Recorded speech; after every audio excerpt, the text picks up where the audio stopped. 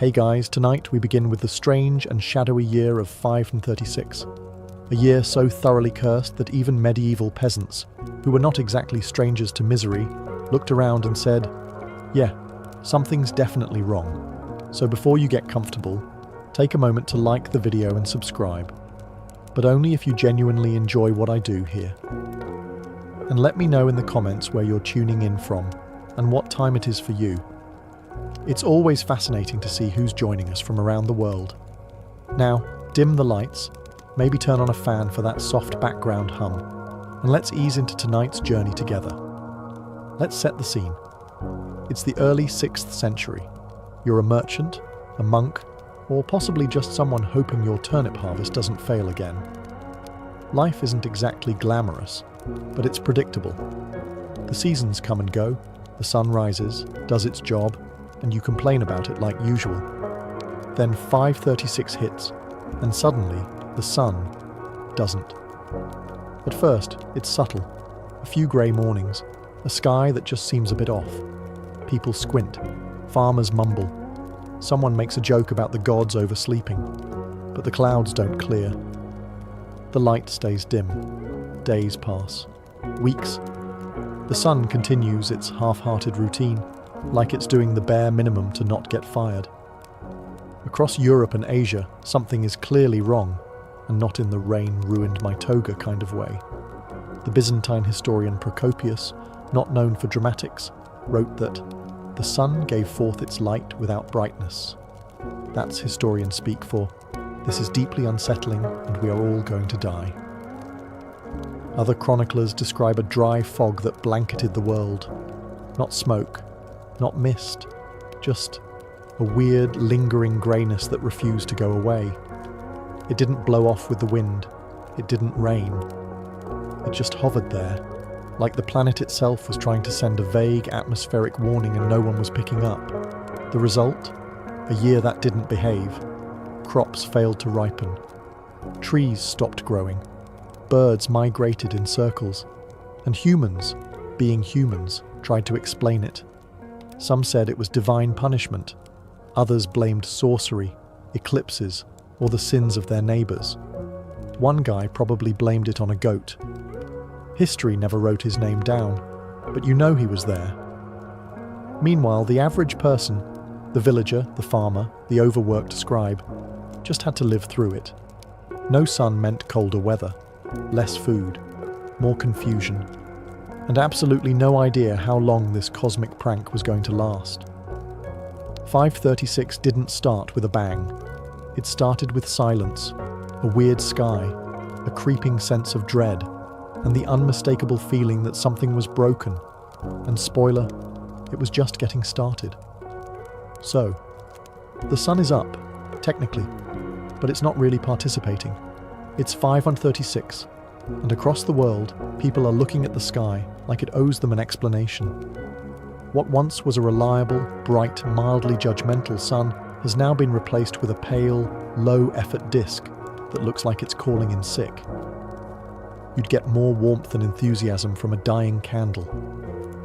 Eyewitnesses from Constantinople, China, Mesopotamia, and Ireland all noted the same unsettling thing. Daylight was barely distinguishable from twilight. You'd wake up and assume it was dawn. At noon, you'd assume you'd gone blind. At sunset, well, good luck figuring out when that was. The sun no longer set so much as wandered off quietly, mid-conversation. Contemporary writers described the sun as bluish and without shadow.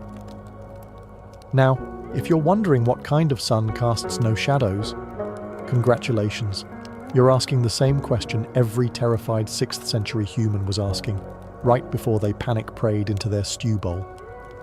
In China, they reported that stars were visible during the day. Let that sink in. You're tending your rice fields, look up and see constellations.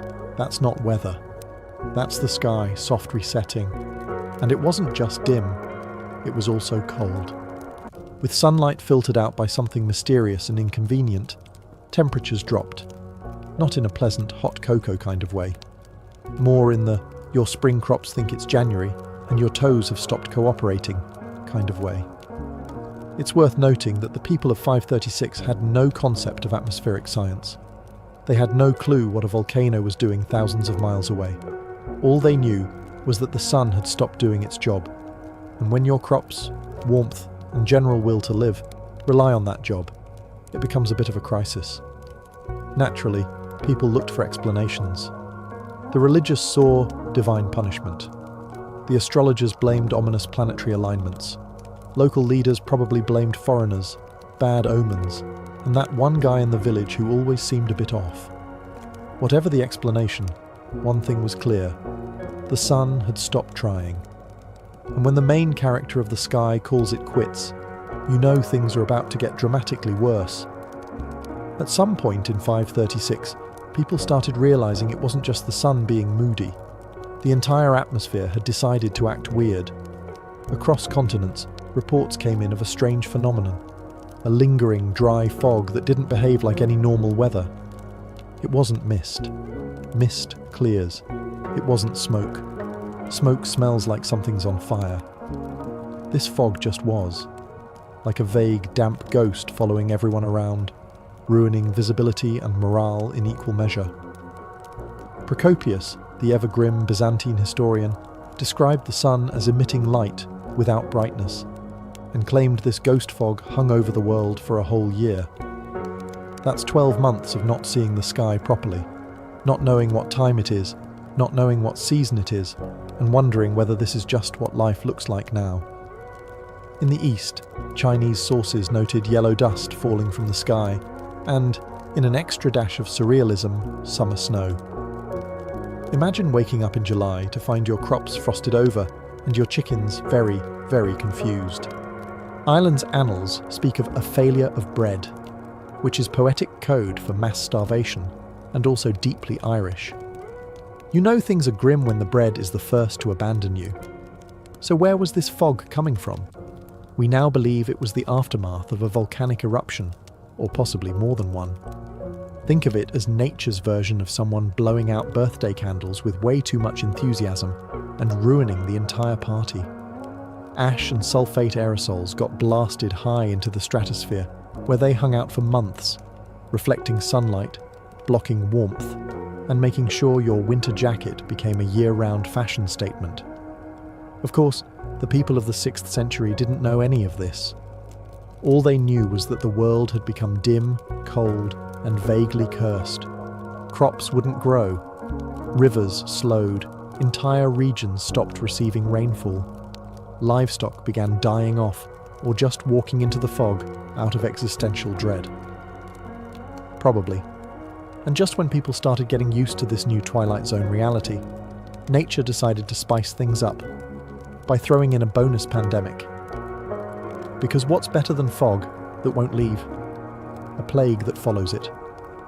Eventually, centuries after everyone had finished panicking and/or starving, science showed up. Late, but helpful.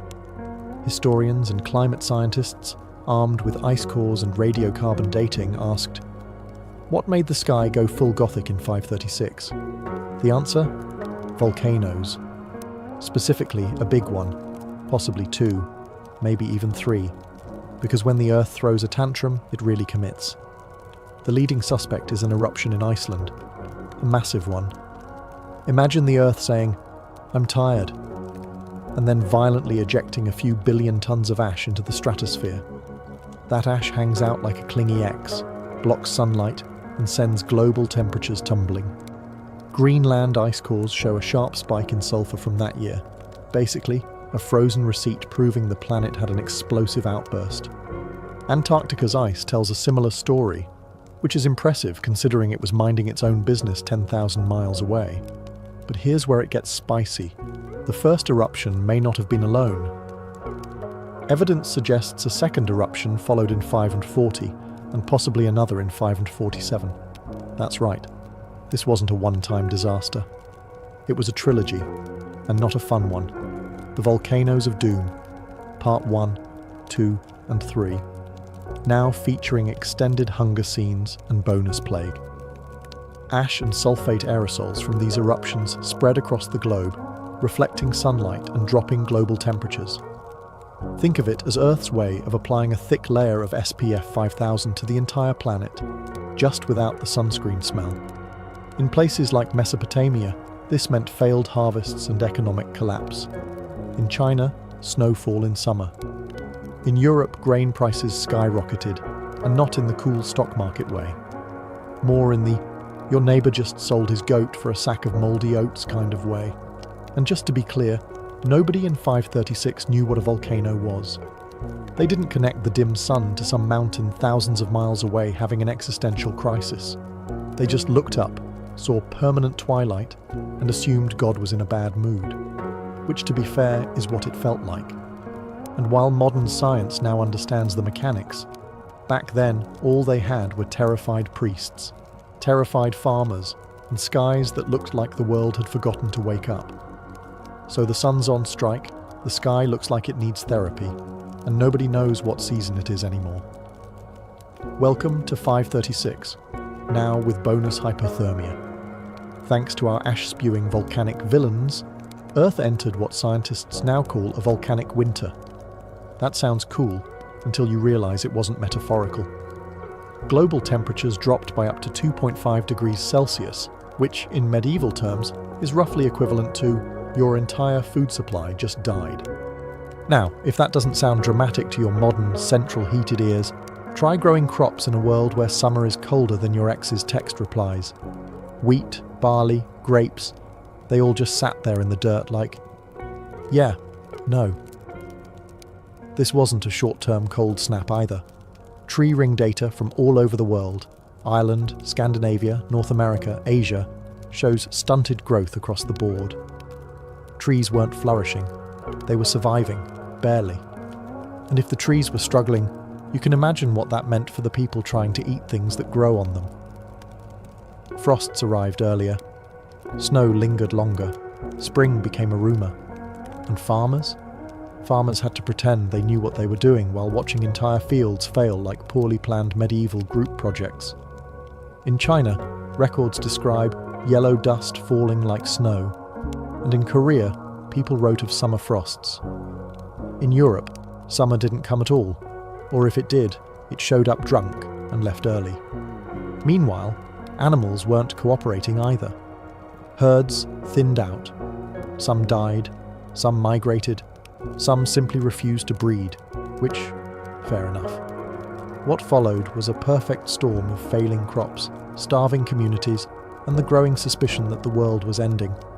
Very slowly, and in extremely gloomy lighting. It wasn't just the cold. It was the confusion, the not knowing, the sheer unpredictability of the seasons.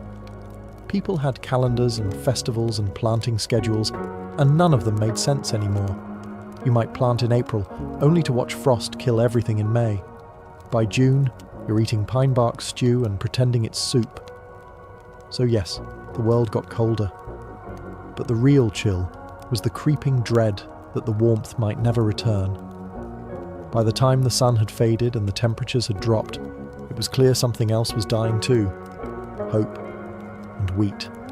But mostly wheat. In a pre-industrial world where nearly everyone was either farming, eating what farmers grew, or stealing from someone who had, a bad harvest wasn't just a bummer, it was an existential crisis.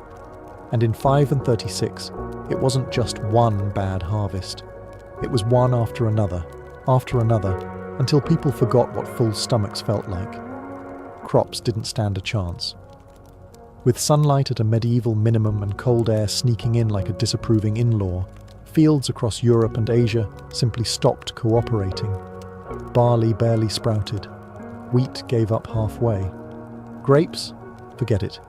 Your wine turned into sadness with a cork in it. In Ireland, the annals mention a failure of bread. A poetic phrase, sure, but in reality, that's famine. No bread meant no food. No food meant no energy. No energy meant no peasants tilling the land. And then suddenly, the whole system collapsed like a badly stacked hay cart. China didn't do much better. In the Northern Wei dynasty, frost came early, and harvests withered. Rice paddies froze. Fields turned to useless mud. And instead of thriving villages, You got wandering survivors gnawing on whatever roots they hadn't already eaten the previous week. Grain prices soared where they still existed. In Constantinople, people sold their last possessions for mouldy bread. In Britain, there's evidence of population decline.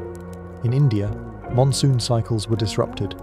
And in Ethiopia, royal inscriptions abruptly stopped, which is never a great sign. The really cruel part? This wasn't a quick disaster. It dragged on. By the time 537 arrived, the Earth still wasn't cooperating. It kept giving you a little hope, a mild day here, a budding sprout there, only to slap it down with a frost the next morning. The result was a farming community stuck in a loop of false starts and bitter ends, over and over. Medieval farmers had a term for this: divine punishment. Modern scientists call it volcanically induced climate disruption. But the peasants on the ground just called it what it felt like: the world's longest, hungriest winter. If you were hoping this global catastrophe was limited to one unlucky corner of the world, think again. The year 536 wasn't picky. It was an equal opportunity disaster. Let's start in China, where things were going fine, until suddenly, summer snow. Yes, that's a real thing that happened. Chinese court records from the Northern Wei dynasty mention freak weather patterns, frost in midsummer, and crop failure on a scale that made people start questioning whether the heavens had simply unsubscribed from Earth. It wasn't just snow either.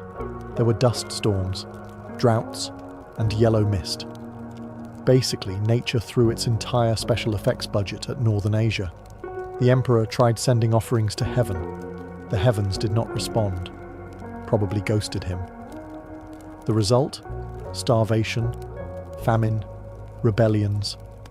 The dynasty collapsed not long after, because if there's one thing that makes people stop believing in your leadership, it's being both cold and hungry under your watch.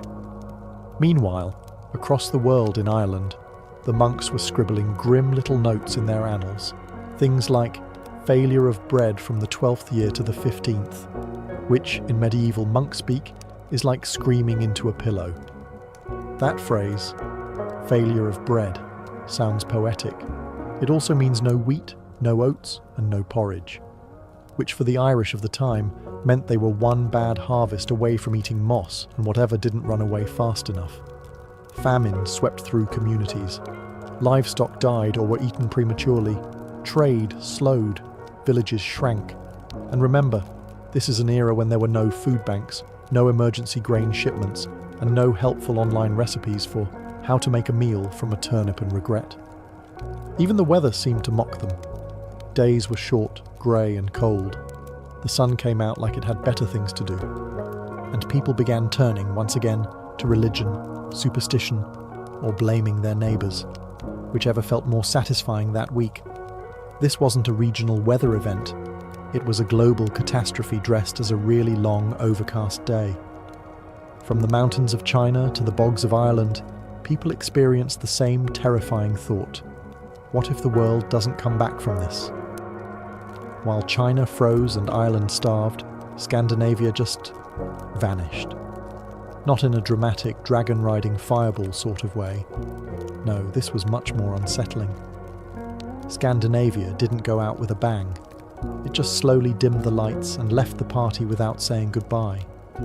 The evidence comes from trees, specifically tree rings. Trees are nature's historians, but with better longevity and fewer opinions. And around 536, the trees in Scandinavia stopped growing properly. Narrow rings. No expansion. Total arboreal sulking. You could almost hear them mutter, "hard pass." This is a sign that temperatures had dropped so drastically and growing seasons had shortened so severely that not even the pine trees were coping. And these are trees built for northern gloom. Archaeologists also note a disturbing decline in human activity. Settlements go quiet. Farms are abandoned. Burial sites show a drop-off. It's as if entire communities said, "You know what? We're done here," and walked into the woods, possibly to starve, possibly to flee, possibly because even Vikings need a break from existential dread. This happened before the Viking Age officially began, which is important. By the time the Norse started raiding monasteries and terrifying everyone from Ireland to Byzantium, they had already survived one of the worst environmental collapses in history. Some scholars even suggest that the trauma of this period, the famine, the isolation, the population collapse, helped shape Norse culture. That grim, fatalistic worldview, the sagas about cold, cruel gods and long winters that never end. Yeah, that might have been less mythology and more accurate weather reporting from 536. And because the landscape was already unforgiving, the sudden climate catastrophe didn't just hurt, it devastated. Livestock herds would have been culled, food stores emptied, entire family lines might have ended in a single season. But unlike some parts of the world, the Scandinavians didn't leave behind dramatic chronicles or impassioned complaints. They left silence, and empty spaces where people used to live, which in some ways is worse. It's one thing to read about suffering in a scribe's rant. It's another to dig up a village and realise nobody ever came back. Now, while the sun was ghosting the rest of the planet, let's check in on the Byzantine Empire, specifically its glittering capital, Constantinople. Enter Emperor Justinian the Fern, a man with grand ambitions, a killer legal code, and absolutely no idea he was about to preside over one of the most catastrophic decades in human memory. Before 536, Justinian had been on a roll. He'd codified Roman law into the Corpus Juris Civilis. He'd funded enormous building projects like the Hagia Sophia. He was conquering old Roman territories like someone on a nostalgia tour. Things were going suspiciously well. Then the sky turned grey, the temperature dropped, the food ran out, and the empire that never sleeps got hit with the worst vibes possible. Constantinople, being a city that relied heavily on imported grain, was not amused when harvests failed in Egypt. Bread prices soared. Famine crept into the capital. And because that wasn't bad enough, the darkness in the sky made people wonder if the end times had finally RSVP'd. To make matters worse, Justinian, a man who prided himself on divine favour, now had to explain why God had apparently switched sides. Not ideal for imperial PR. Religious panic spread. Clergy warned of judgment. Some citizens turned to asceticism, others turned to blaming literally everyone else. And Justinian? He doubled down, funded more churches, prayed harder, and likely muttered, "This wasn't in the imperial handbook." But the hits kept coming, because no climate catastrophe would be complete without a bonus pandemic. In 541, Justinian's empire got walloped by the first recorded outbreak of bubonic plague, the infamous Plague of Justinian. It arrived by ship, as most bad news does, and within a few short years, it wiped out an estimated 25 to 50 million people, about half the empire's population. Justinian himself caught it. He survived somehow, but his body wasn't the same, and neither was his empire. Rebellions broke out, military campaigns stalled, bureaucrats died faster than they could be replaced. And all Justinian wanted to do was restore Rome's glory. Instead, he ended up as the emperor who got hit by darkness, famine, plague, and disappointment in that order. As if 536 hadn't already won the gold medal in historical suffering, nature decided to introduce a new player to the misery team: disease. Specifically, the bubonic plague, starring in its terrifying debut performance as the Plague of Justinian. This wasn't your run-of-the-mill sniffles or a medieval case of ate the wrong mushroom. This was a full-blown pandemic, straight from the pages of future nightmares. And it hit at the worst possible time, which, in fairness, was sort of the decade's theme. By the year 541, just as the sun still hadn't fully recovered and everyone was either freezing or starving, or both, the plague casually rolled into Constantinople via grain shipments. Because of course it did. Nothing like a rat-infested cargo hold to really put the cherry on your apocalypse cake. Caused by the bacterium Yersinia pestis, the disease spread rapidly thanks to fleas, rats, and densely packed cities that hadn't exactly invented germ theory yet. Symptoms included fever, vomiting, swollen lymph nodes, and sudden death. The kind of thing that makes you nostalgic for famine. Estimates vary, but the death toll was staggering. 25 to 50 million people across the Byzantine Empire and beyond. That's up to half the population, gone in just a few short years. You couldn't swing a censer without hitting someone already buried. The Emperor Justinian himself caught it and survived, but many of his officials weren't so lucky. Bureaucracy ground to a halt, military campaigns fizzled, and cities emptied faster than a wine barrel at a bishop's banquet. To the average peasant, this wasn't a scientific event. This was God's megaphone, and it was screaming. And given that the sky was still grey and the crops still sucked, people assumed the plague was the final act, the divine mic drop. Mass graves were dug. Priests ran out of prayers. Funeral rites were shortened to something like, "He's dead. Next." What made it worse was the randomness. Some people died in a day. Others survived and watched everyone around them vanish. It wasn't just tragic. It was deeply unfair, even by medieval standards. And just like that, 536's dark legacy had officially gone viral. By now, the world in 536 and the years following wasn't just suffering. It was spiraling. The sun had taken a sabbatical, the crops had filed for bankruptcy, and the plague was treating Europe like an overachieving party crasher. But for the average person, the anonymous peasant, monk, or goat herder, the horror wasn't academic. It was daily survival on hard mode. You wake up and it's still dark. Not poetic fog rolling over the hills dark. More like, is the sun still functioning dark? You shuffle out into the cold, look at your field of wilted barley, and remember that dinner last night was half a turnip and a vague memory of bread. The livestock aren't doing great either. Chickens stopped laying. Cows are thin. Pigs have become alarmingly valuable and suspiciously scarce. A neighbour disappeared last week, and there's a very awkward silence when someone mentions stew. Food shortages weren't just local. They were continental. Markets collapsed. Grain became currency. And if you had a carrot and no children, you were basically a feudal overlord. In Constantinople, prices soared so high, even nobles started to experience the novelty of being hungry. In remote villages, things were worse. Starvation didn't come all at once.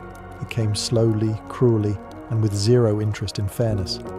And then there was the psychological effect.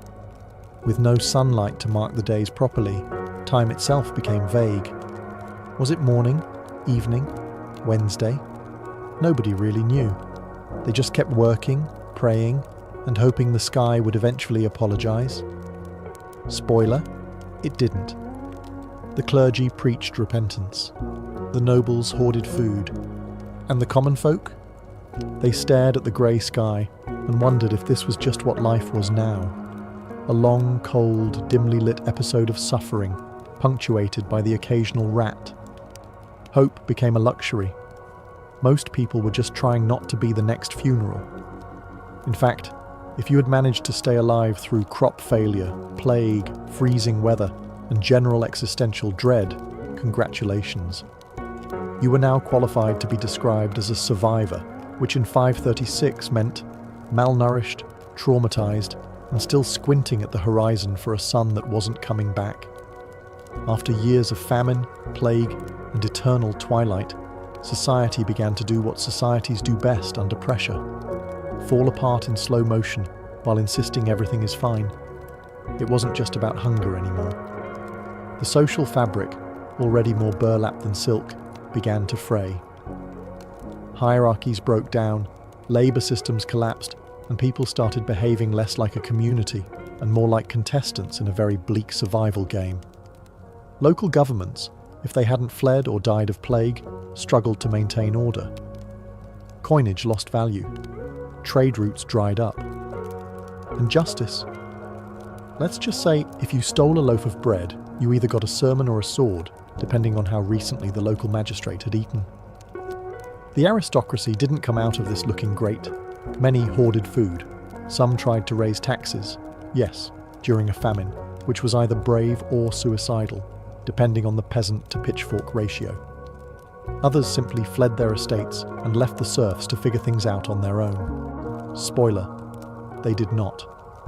Religious institutions, meanwhile, became both sanctuary and scapegoat. Some priests told the starving masses to repent harder.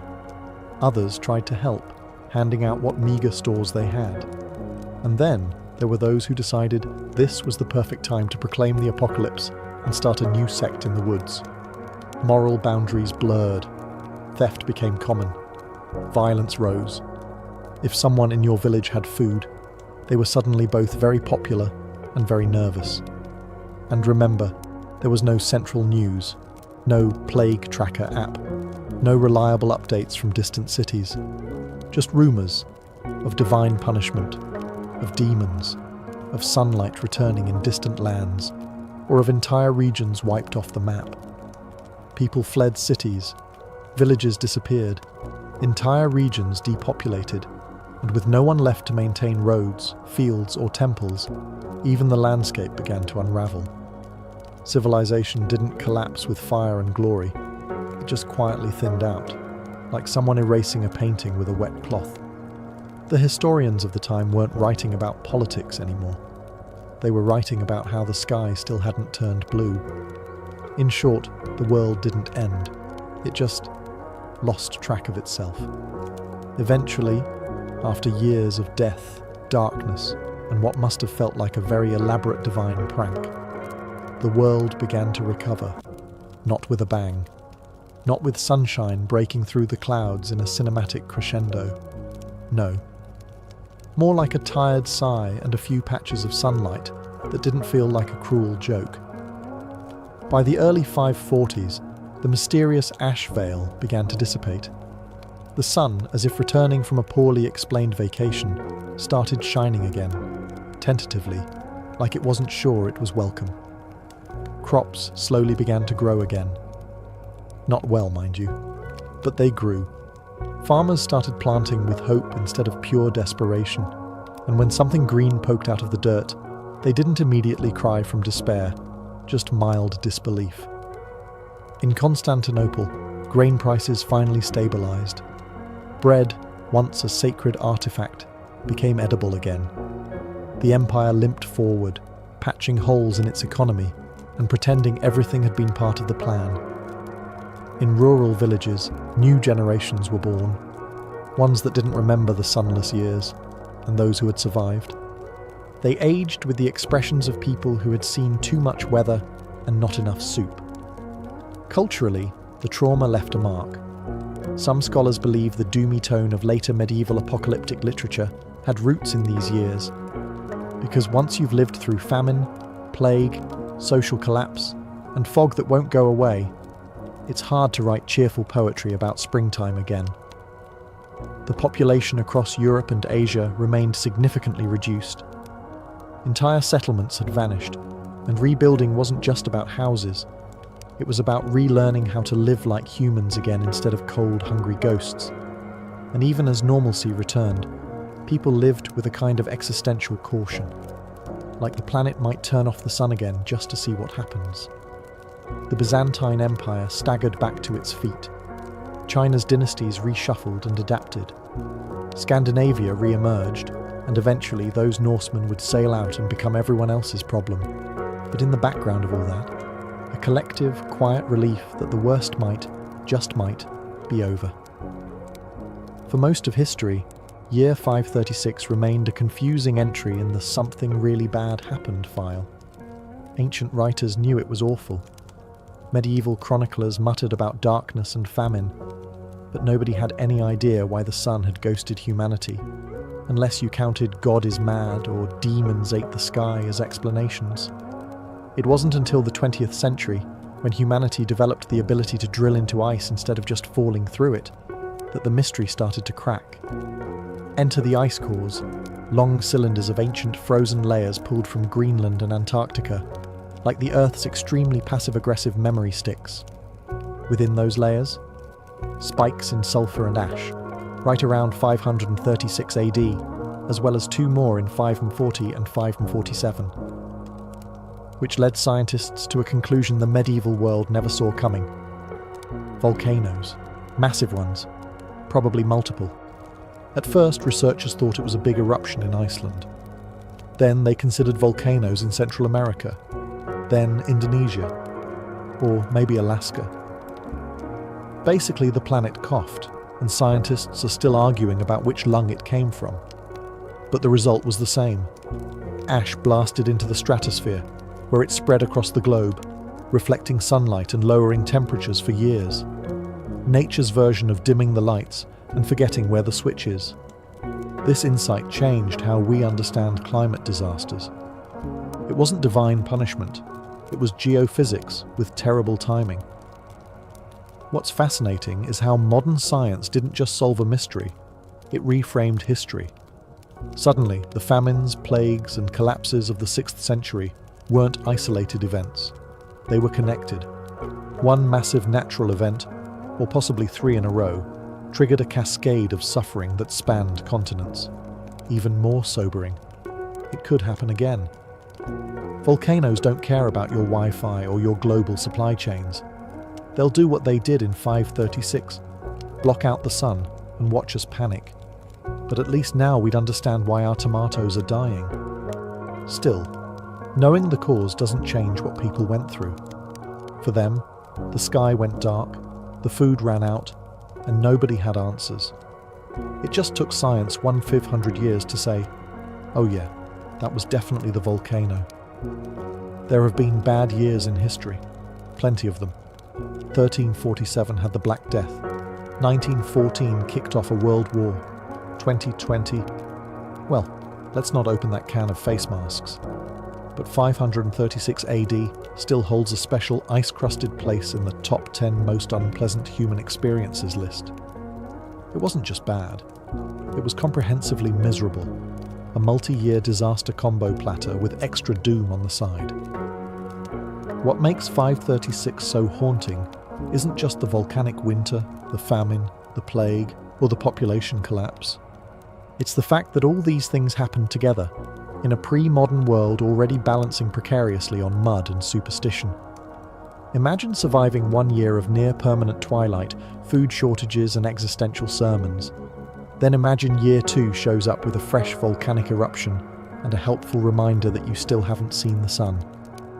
Then imagine the Black Death's less famous, equally rude cousin knocks on your city gate in year 5 and says, "Hi, I live here now." People back then didn't know what was happening. They had no word for climate disruption, no concept of volcanoes erupting thousands of miles away, and definitely no epidemiology podcasts. All they saw was a world that suddenly stopped making sense. And perhaps that's what really sticks with us. Because even now, with satellites, scientists, and 24/7 news cycles, there's something profoundly unnerving about a year when the sky went out and nobody knew why. It reminds us that nature doesn't need a reason. The planet can, at any time, throw a tantrum powerful enough to send us scrambling back to firewood and guesswork. And yet, people endured. They suffered, starved, buried loved ones, and carried on. Not because they had answers, but because there wasn't really a choice. So yes, 536 was the worst year to be alive, and it lingered, like a cosmic hangover, for decades. But it's also a story of survival, quiet, stubborn, frost-bitten survival. And maybe that's what makes it so compelling. Because deep down, we all suspect that if the sun went out tomorrow, we'd still argue over bread prices, blame the government, and try to make stew from whatever's left, just like they did. The 12th century didn't start with a bang, but with a whisper of stone blocks being hauled by oxen and chants echoing from dusty construction yards beside crumbling Romanesque churches. Something monumental was stirring. Across France, England, the Holy Roman Empire, and even the distant fringes of Spain, cathedrals began clawing their way up toward heaven. But why? Europe was changing, fast. Cities were growing, trade was rebounding, and the church wanted to show off a bit. It needed to remind everyone who was boss. And what better way to do that than by building the most awe-inspiring, terrifyingly massive buildings anyone had ever seen? These weren't simple upgrades. This was a full-on architectural arms race. Towns competed with each other not through war, but through stone. If one city built a church with a 50-foot nave, the next wanted one twice as long, with more stained glass, more towers, more miracles carved in limestone. Bishops wanted their legacy in stone. Kings wanted the people to see divine authority in architecture. And ordinary people? They were just trying to get into heaven. One coin, one pilgrimage, one back-breaking labor shift at a time. And yet, none of this would have worked if someone hadn't figured out how to cheat gravity. Enter the Gothic style. This new approach flipped everything people thought they knew about church design. No more thick, squat walls. No more tiny windows that let in just enough light to remind you that daylight existed. Gothic architecture embraced air and light. It wanted God to see in, and for you to see out. Pointed arches, ribbed vaults, and those miraculous flying buttresses. All of it was about going up, letting in more light, and making people feel utterly insignificant in the presence of the divine. What started with modest experiments at Saint-Denis and Sens would explode into a full-blown phenomenon. For the next 4 centuries, Europe would be locked in a frenzy of stone cutting, scaffold climbing, stained glass assembling madness. And the craziest part? Most of these cathedrals took centuries to build. Entire generations would be born and die before the final spire was added. This wasn't just construction, it was faith made physical, one flying buttress at a time. Behind every cathedral wasn't just divine inspiration, it was an army of dirt-covered geniuses. And at the front of that army? The master mason. Not a priest, not a noble, but a glorified stone nerd with a compass, a chisel, and a death wish. These were the rock stars of the Middle Ages, except they didn't wear leather. They wore linen covered in limestone dust. Master builders weren't just contractors. They were architects, engineers, artists, and sometimes borderline cult leaders. Because when you're asking peasants to haul multi-ton stones 50 feet into the air using ropes and wooden pulleys, you better have charisma, or at least a very convincing floor plan. But here's the twist.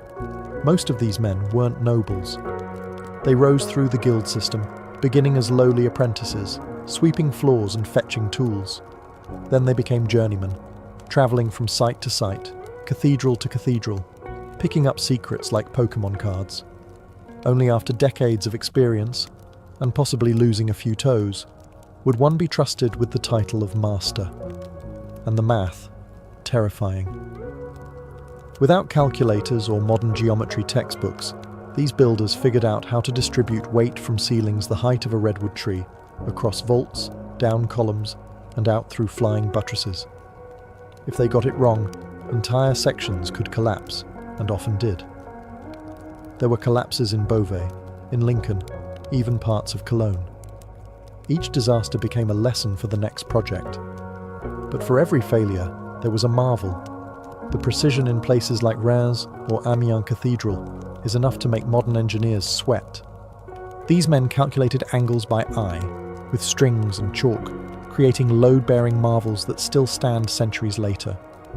They worked with stonecutters, woodworkers, glaziers, and labourers in what was essentially the most chaotic group project of the century. They didn't just draw blueprints, they commanded entire construction ecosystems. And sometimes they died before their vision was completed, leaving their successor to guess what on earth they were thinking when they sketched that weird triple arch over the nave. Gothic cathedrals weren't just big, they were alive, with stories, symbols, saints, monsters, and morals chiseled into every surface. If you couldn't read Latin, no problem. The stone would preach to you. Let's start with the portals. These weren't doors, they were divine gatekeepers. Imagine walking into church beneath rows of saints, apostles, and the Last Judgment, all staring down at you, carved into arch after arch. Jesus at the centre, serene but judging. Sinners being dragged to hell by demons, right next to merchants and bakers. A subtle message. Pay your tithe, or else. And gargoyles. They weren't just medieval waterspouts. They were theological bouncers, meant to terrify evil spirits and perhaps a few ill-behaved parishioners. Grotesques snarled from rooftops, stretching their stone faces in eternal agony or laughter. Some were demons. Some were hybrids, dogs with human faces, bishops with wings. Every cathedral had a bestiary carved into its skin. Inside, the columns weren't plain cylinders. They were forests of symbolism. Capitals at the tops of pillars held tiny sculpted dramas, Cain killing Abel, drunken Noah flashing his sons, or monks fighting snails, don't ask. The choir stalls were even cheekier.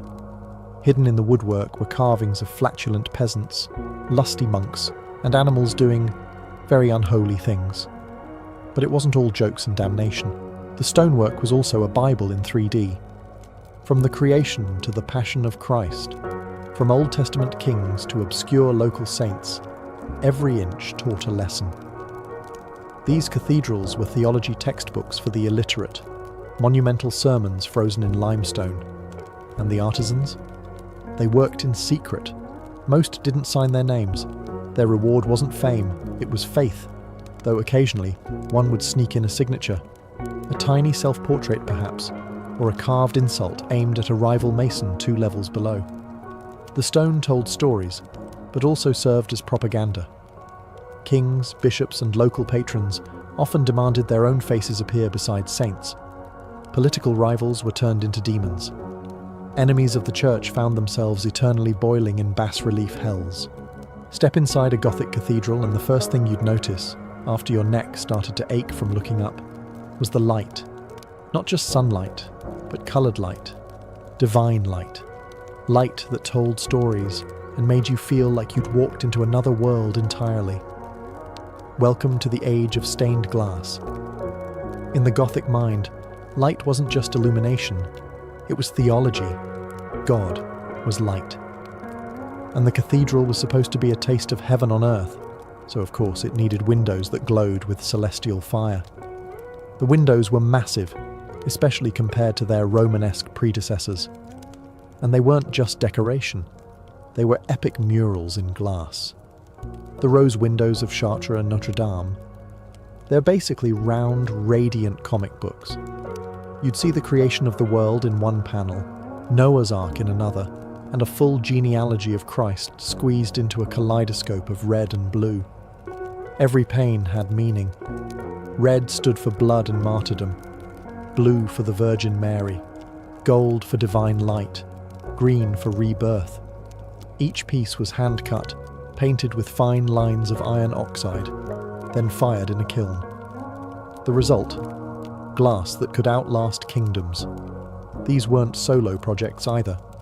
Stained glass artists worked in teams.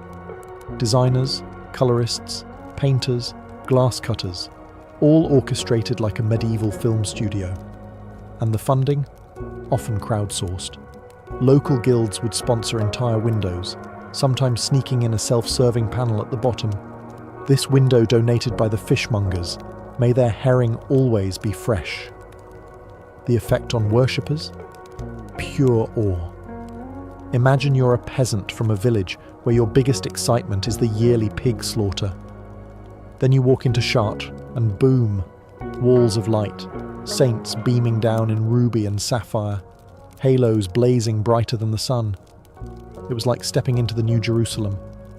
But there was more than just beauty. The windows preached. You'd learn the life of Christ in sequenced panels, see the virtues battling the vices, spot allegories of sin and redemption, all without needing to read a word. And as the sun moved, so did the mood.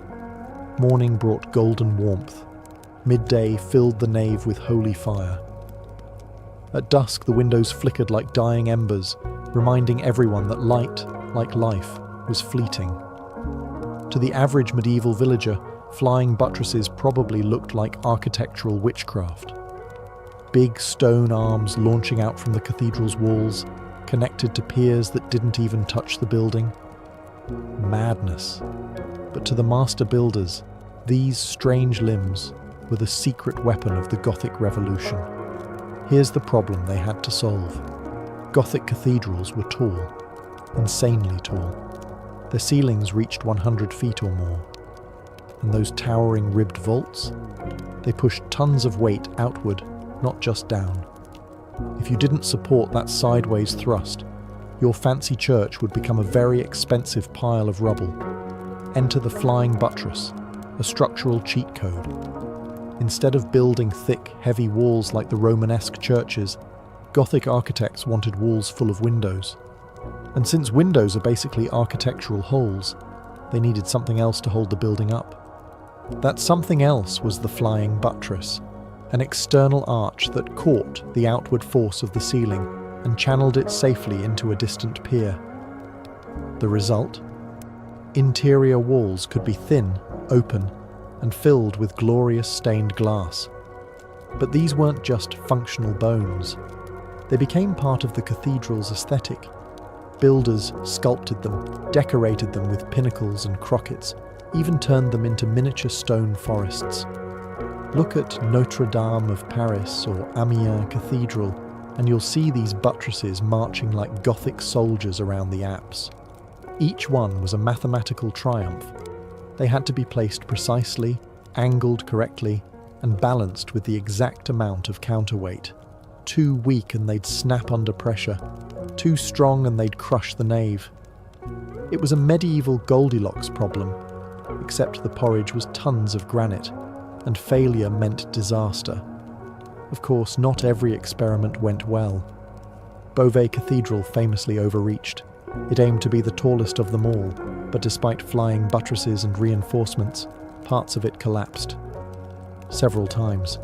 It remains unfinished to this day, proof that even the best builders could fly too close to the architectural sun. But when they got it right, the effect was gravity-defying. You'd walk into a space that felt like it was floating. Walls disappeared. The ceiling hovered like a cloud. And you had to ask yourself, how is this even standing? At some point, Gothic builders looked up at their already impressive cathedrals and said, what if it were taller? And thus began one of the strangest arms races in medieval Europe, the vertical competition to see who could poke God in the eye first. Towers weren't just about ringing bells or getting a good view of the town square. They were statements of wealth, of faith, and of raw civic ego. Cities weren't content with modest steeples. They wanted the tallest, the most dazzling, the one pilgrims would talk about long after their feet stopped bleeding. Each cathedral had its own approach. Notre Dame in Paris grew two massive twin towers that loomed like stone guardians over the Seine. Chartres stacked its towers unevenly, one Romanesque, one later Gothic, because symmetry is for cowards. And Cologne Cathedral? It set out to become the tallest structure in the world. Construction began in the 1200s. They didn't finish until the 1880s. That's commitment. Spires came next. The pointed hats of the Gothic world. Not just towers, but elongated spears that reached absurd heights, defying logic and daring gravity to try something. Salisbury Cathedral's spire, for instance, stands over 400 feet tall. They built it without steel or modern cranes, just ropes, muscle, and a bit of medieval recklessness. But going higher came with danger. Every inch upward increased the load, the sway, the risk. High winds could snap unsupported spires. Lightning strikes were constant. Some towns even hired spire watchers, people who basically stared at the structure to see if it looked like it was about to fall. And yet, people kept building. Part of it was theological. The higher the structure, the closer to God. But part of it was also psychological.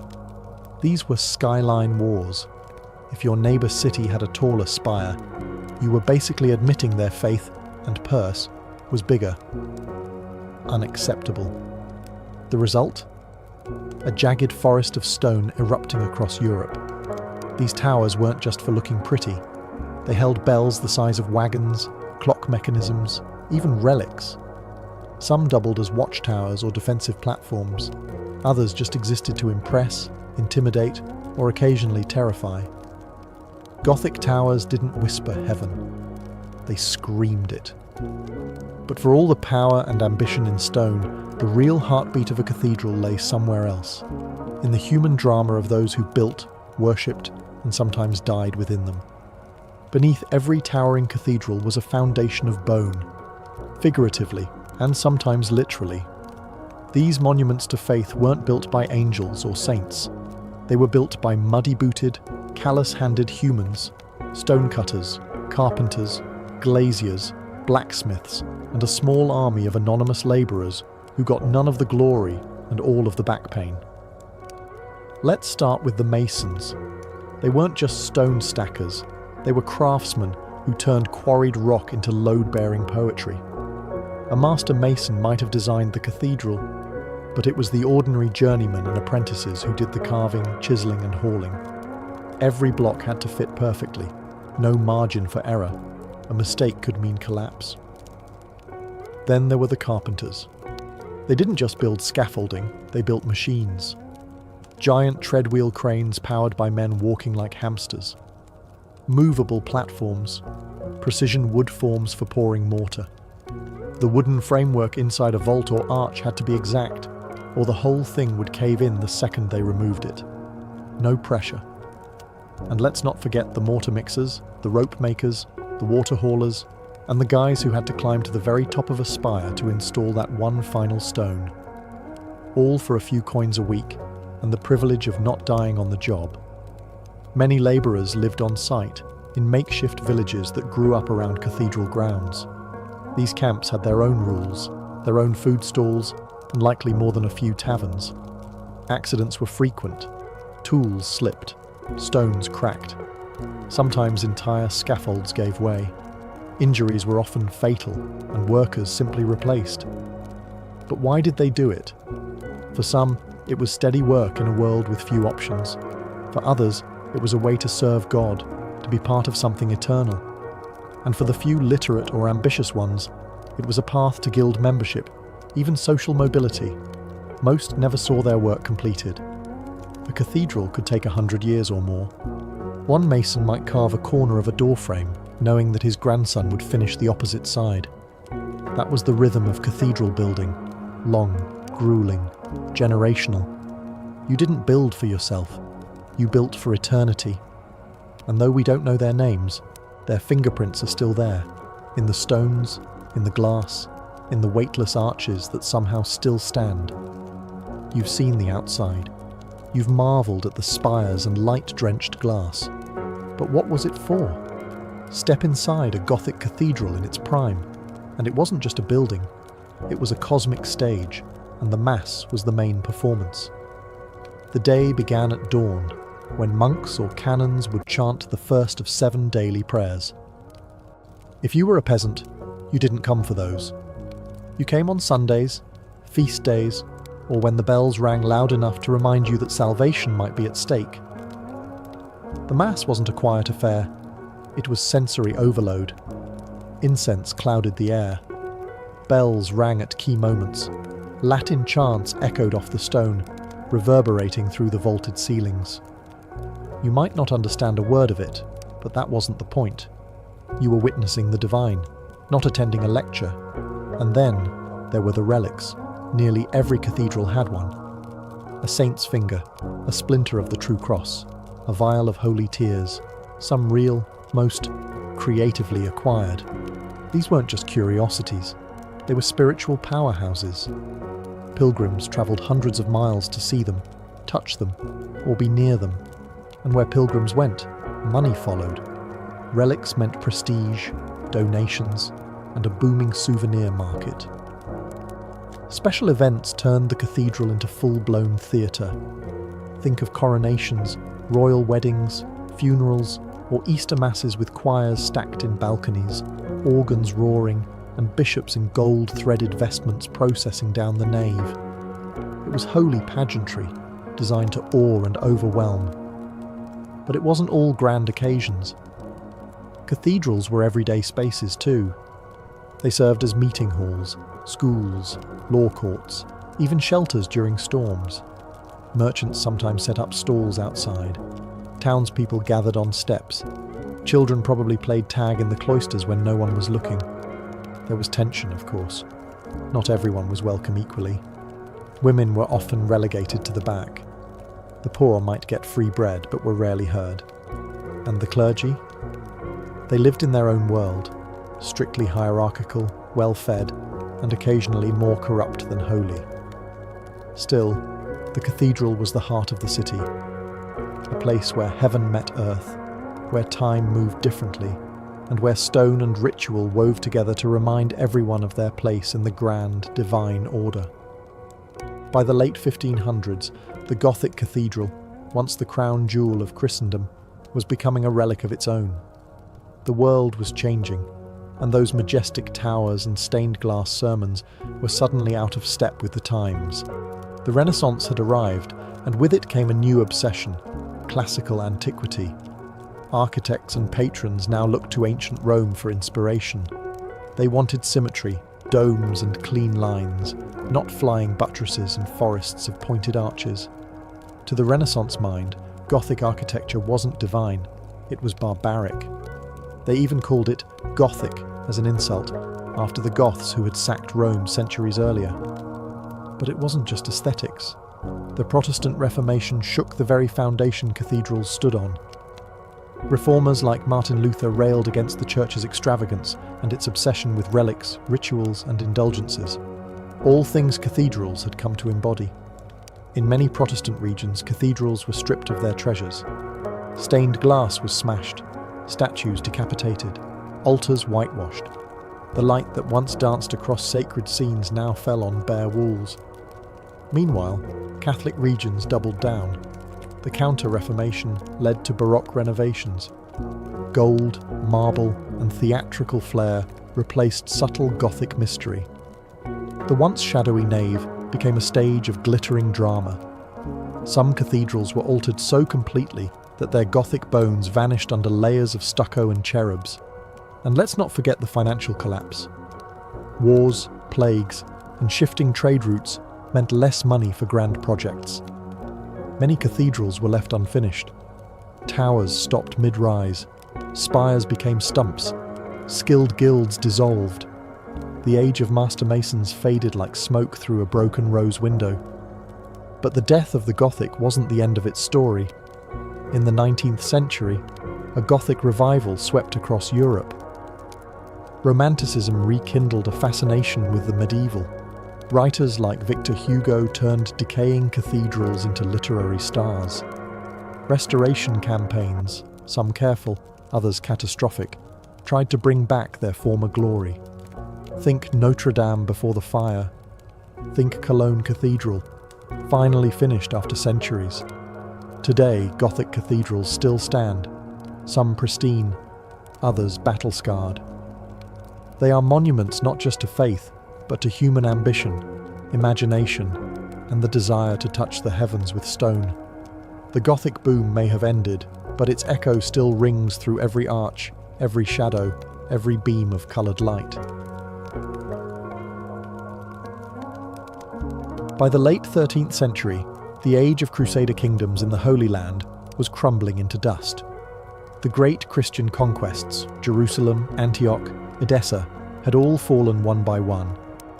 All that remained of nearly 200 years of European crusading effort was the port city of Acre, a final flickering outpost on the Mediterranean coast. A symbol of glory turned into a fortress of desperation. Acre wasn't just another city.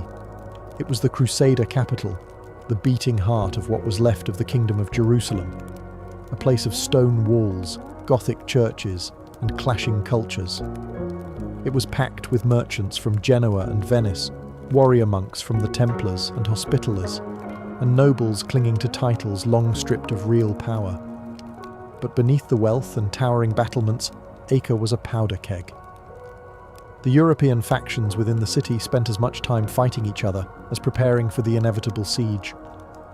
The writing had been on the wall for years. The Mamluks, a military elite from Egypt, had steadily wiped out every Crusader stronghold in their path. Under Sultan Qalawun, and later his son Al-Ashraf Khalil, the Mamluks crushed city after city, and they didn't negotiate. They erased. In 1290, a foolish spark ignited the storm. Newly arrived crusaders, hot-headed and ignorant, massacred Muslim merchants in Acre during a drunken rampage. It was exactly the excuse the Mamluks needed. Khalil declared war. By April of 1291, his massive army, possibly over 100,000 strong, had encircled the city. Siege towers were rolled forward, tunnels were dug under the walls, catapults hurled stone and fire day and night. Inside the city, panic swelled. The defenders, while courageous, were hopelessly outnumbered. Appeals for reinforcements to Europe went unanswered. Acre was isolated, cut off by land and soon by sea. Still, the defenders clung to hope. The double walls of Acre had resisted sieges before. The Templars and Hospitallers prepared for the worst. Noble families packed their treasures. Priests offered prayers.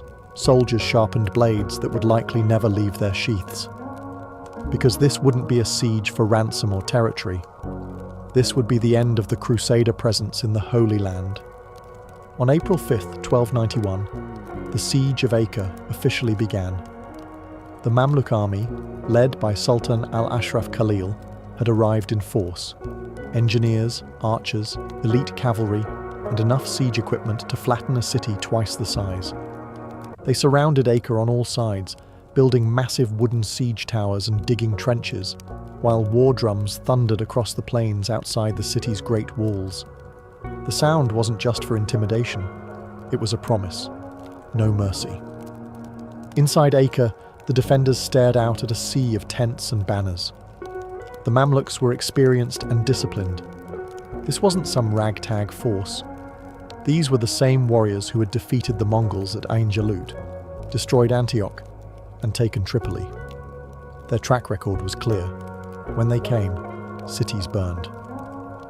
The Crusaders responded as best they could. The Templars, Hospitallers, and Teutonic Knights took up their positions on the battlements. Civilians were pressed into carrying water, repairing damage, and building makeshift barricades. Priests walked the walls, offering last rites to men who hadn't even drawn swords yet. But the unity inside the city was a fragile illusion. The Italians, Venetians, Genoese, and Pisans bickered over ships and control of the harbour. French and English factions distrusted each other. The King of Jerusalem, Henry II of Cyprus, was technically in command, but he was more figurehead than leader. No single strategy united them. Meanwhile, the Mamluks wasted no time. Their sappers began tunneling under Acre's outer walls, placing wooden supports and filling the shafts with flammable materials. When lit, these tunnels would collapse the walls from below. Siege engines hurled massive stones day and night, pounding towers, smashing rooftops, and sending splinters of masonry through homes, churches, and courtyards. Each day, more of the city crumbled. Each night, the defenders rebuilt, exhausted and outmatched. Khalil remained methodical. He knew Acre's walls were strong, but not unbreakable. He simply needed time. The defenders, already stretched thin, were trapped in a cycle of panic and false hope. And the psychological warfare was just as brutal. Muslim heralds shouted promises of death if the city didn't surrender. Survivors from previous Mamluk conquests knew those weren't empty threats. Acre was isolated, surrounded, and running out of time. As April turned into May, Acre's walls still stood, but barely. The constant pounding of Mamluk siege engines had reduced towers to rubble, breached outer defences, and left the streets littered with debris.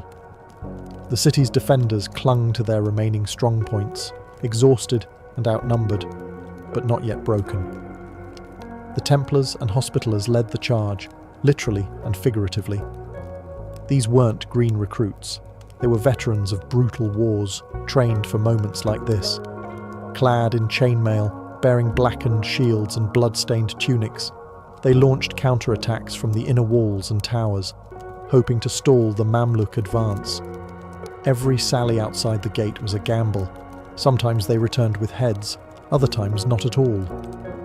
Inside the city, panic was spreading.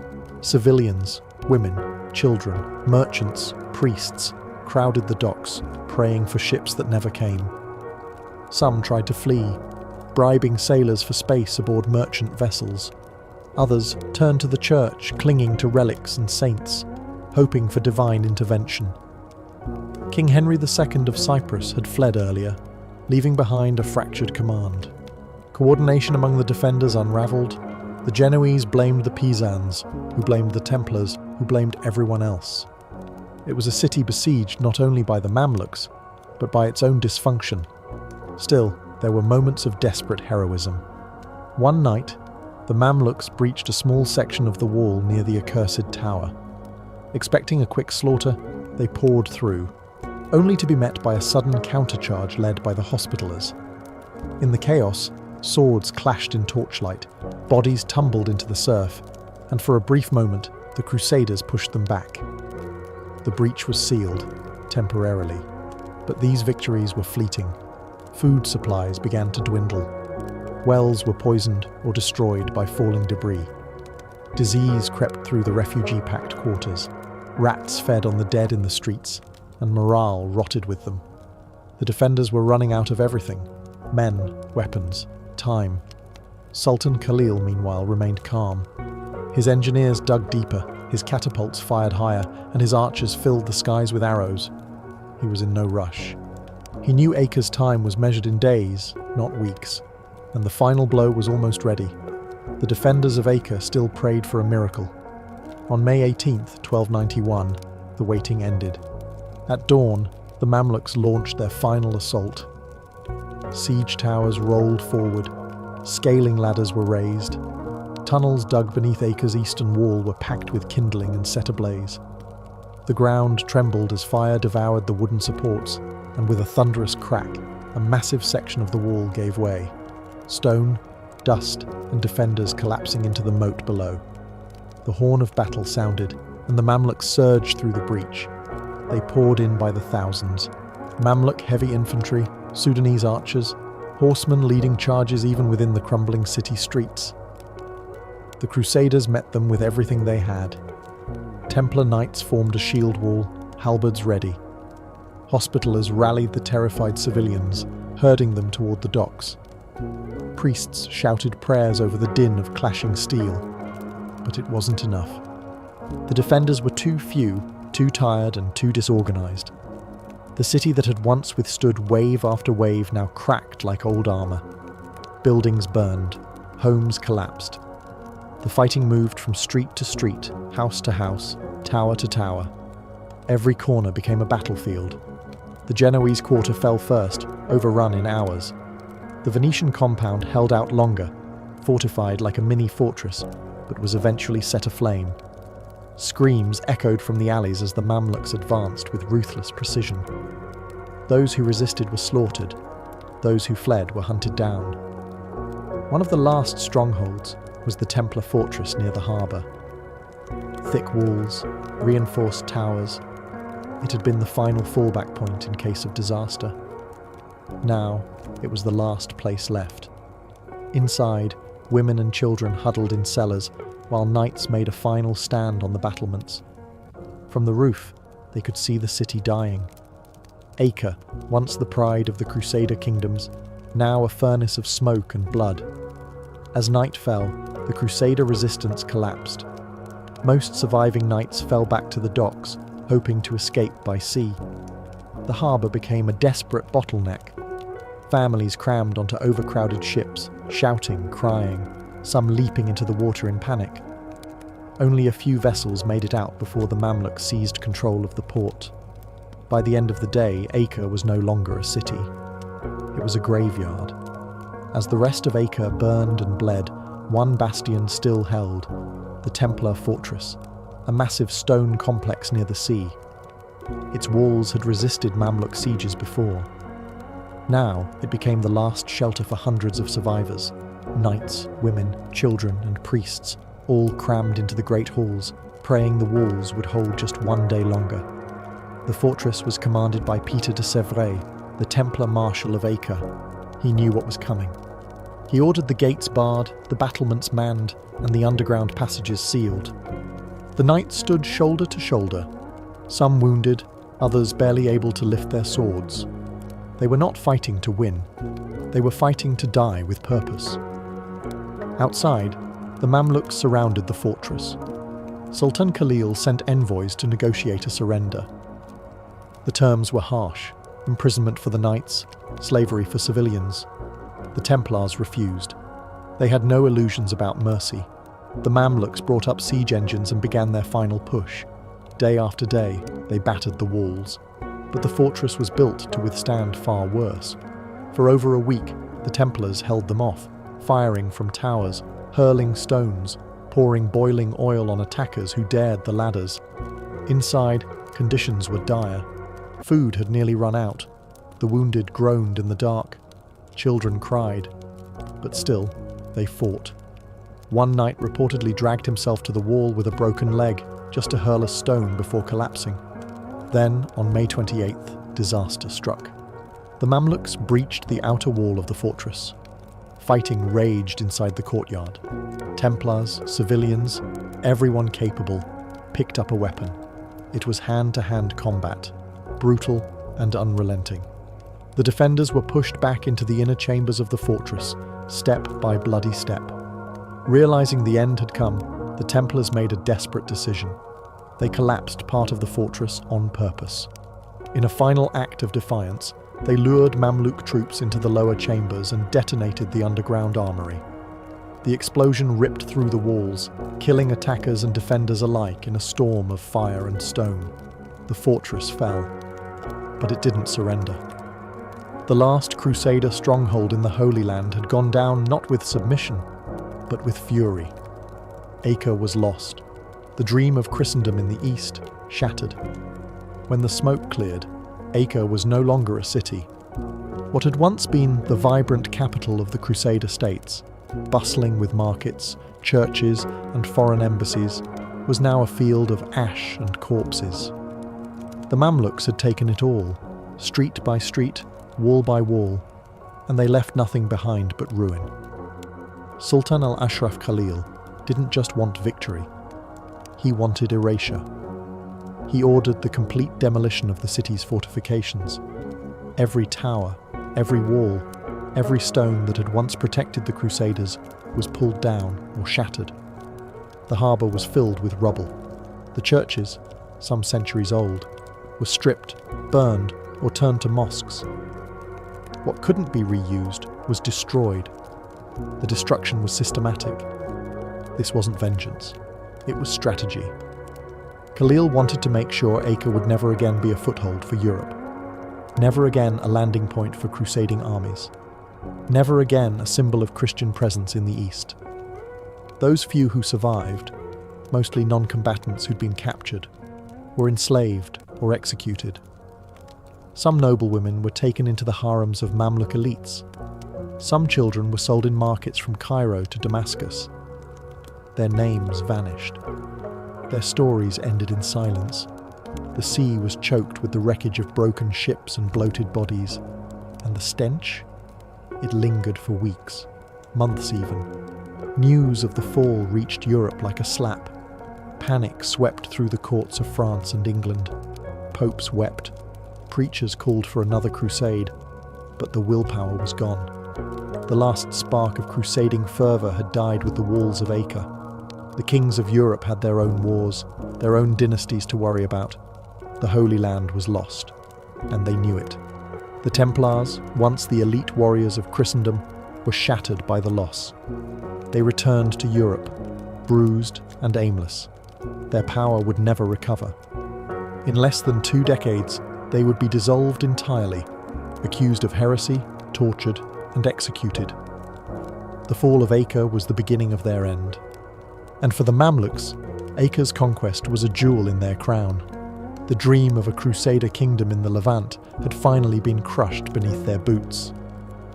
But the deeper legacy of the siege was just beginning, because while the city died, the myth of Acre, of Crusader glory and tragic collapse, was only just being born. The fall of Acre in 1291 wasn't just a military defeat.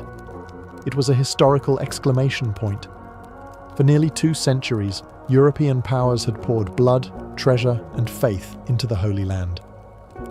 With Acre's collapse, the entire Crusader experiment came crashing down like its shattered walls. There were no more cities to retreat to.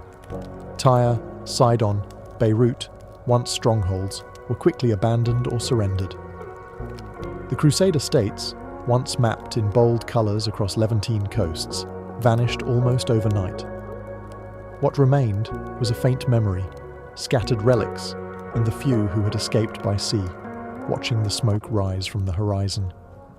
For the Christian world, it was a soul-crushing loss. The fall of Jerusalem in 1187 had been bad, but Acre, this was the last domino. It symbolised not just military failure, but spiritual failure. Popes issued desperate calls for renewed crusades, but they fell flat. Europe was exhausted. Internal wars, plagues, and economic shifts pulled attention away from the East. The age of kings donning crosses and leading armies into the desert was over. Meanwhile, the Islamic world celebrated. The Mamluks, under Khalil, had done what generations of Muslim leaders had dreamed of. They had wiped the Latin presence from the region. Cities were reclaimed, mosques re-established, and trade routes reopened. Islam once again controlled the heartlands of the Levant, from Cairo to Damascus. And yet, not everything was so clear-cut. The Crusades had left behind deep scars. Cultural exchange, for better or worse, had transformed both East and West. Arabic texts had flowed into Europe. Architecture, medicine, even food had changed. But the wars had also embedded a legacy of mistrust, violence, and religious division that would echo for centuries. Acre's fall didn't just close a chapter, it ended a worldview. The idea that Europe could plant itself in the Middle East, enforce its will through divine mission, and hold territory in the name of faith. Gone. Instead, the memory of the Crusades would be romanticized, dramatized, and weaponized for generations. Knights in shining armor, noble quests, glorious failures. The truth was far messier, bloody, chaotic, and ultimately tragic. The fall of Acre marked the end of an era. But the Crusader myth, that was just beginning its long afterlife in legend. The fall of Acre sent shockwaves across Europe, not just diplomatically or religiously, but psychologically. For generations, Christendom had believed it was meant to control the Holy Land, that God was on their side, that Jerusalem, Bethlehem, and Acre belonged to the faithful. Now, with the last Crusader stronghold gone, that illusion collapsed. The initial response was disbelief. Chroniclers wrote with outrage and grief. Priests blamed sin and corruption. Kings pointed fingers at each other. How could this have happened? How could an army of holy warriors lose to a sultan from Cairo? But beneath the surface, a quiet resignation set in. There would be no major crusade to reclaim Acre. No 5th, 6th, or 7th wave of European armies sailing to the east. Instead, Europe turned inward. The papacy shifted its focus to rooting out heresy at home. The Inquisition grew stronger. Monarchs redirected their ambitions to internal wars and dynastic struggles. The crusading spirit became more rhetoric than reality. In time, the image of Acre took on a different form in the European imagination. It was no longer a city. It became a symbol of lost glory, tragic bravery, and divine punishment. Songs and poems were written of noble knights fighting to the death. Painters and playwrights turned the fall into legend. But those who survived knew the truth. The refugees who had fled Acre, nobles, monks, merchants, children, returned to Europe broken.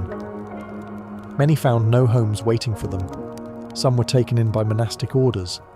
Others wandered, telling stories of fire and blood. The Teutonic Knights eventually shifted their operations to Eastern Europe. The Templars returned to France, where the shadow of Acre would follow them to the pyre. In political circles, the fall of Acre marked the beginning of a new phase.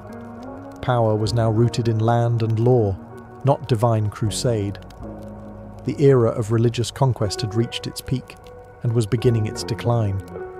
And yet, Acre lingered. It lingered in memory, in propaganda, in the way Europeans spoke of the East, a place of danger, mystery and opportunity, a land lost, and perhaps someday to be won again. The city itself had vanished, but the myth of Acre had just begun to spread, far beyond its blackened walls. Centuries after its destruction, Acre still haunts the imagination. Its stones were ground to dust, its churches razed, its walls pulled into the sea. But in the minds of European chroniclers and later historians, Acre became more than a city. It became the symbol of the Crusades' tragic fall. The place where chivalry died, where faith collided with futility, and where the dream of a Christian East was buried beneath Mamluk boots. And yet, what survived wasn't the truth of Acre, it was the myth. Romanticized in ballads and epic poems, Acre's defenders were remembered not as fractious warlords and disillusioned mercenaries, but as noble knights fighting valiantly to the end. The political chaos, the greed, the internal betrayals, all smoothed over in favor of a more palatable narrative. Martyrdom, heroism, destiny lost. The irony? Those who had actually lived in Acre probably didn't see themselves as part of a grand epic. They were merchants, sailors, cooks, scribes, prostitutes, pilgrims. People living in a complex, multicultural city where Arabic, French, Italian, Greek and Latin mingled in the streets. A city of contradiction, of monasteries beside brothels, crusading orders alongside Venetian bankers. It was never simple, but history rarely is. In the Islamic world, Acre's fall was remembered as a great victory, proof of Allah's justice, of the triumph over foreign invaders. But even that narrative often fades beneath the towering legacies of other Islamic conquests. For the Mamluks, Acre was one jewel among many. It mattered, but it wasn't the whole crown. Today, modern Acre, Akko, is a living city once again. A UNESCO World Heritage Site, with layers of Crusader architecture buried beneath Ottoman streets. Tourists stroll through ancient tunnels where knights once bled. Minarets stand beside old Gothic arches. Fishermen cast their nets from the same docks where refugees once leapt for salvation. The past isn't gone. It's just buried, under stones, under myths, under time. And that is the true legacy of Acre. It wasn't just a city or a battle. It was a crossroads, a collision point of cultures, empires and ideals, a place where faith, ambition and fear crashed together in one final fiery moment. The siege of Acre ended an era, but it also ensured that neither the Crusades nor the ghosts they left behind would ever truly be forgotten. Livia Drusilla was born in 58 BCE, at a time when the Roman Republic was convulsing. The daughter of Marcus Livius Drusus Claudianus, she came from a long line of patricians with a taste for power and a talent for surviving Rome's endless political bloodsport. Her birthright was privilege, but her world was chaos.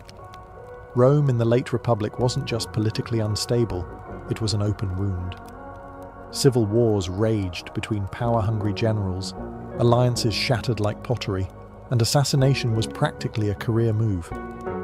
For a girl like Livia, raised in this furnace, the lesson was clear.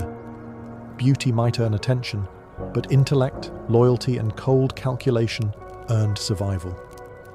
At just 15, Livia was married off to her cousin, Tiberius Claudius Nero, a staunch supporter of the Republic and an enemy of Julius Caesar. This wasn't a love match, it was a political maneuver, as most Roman marriages were.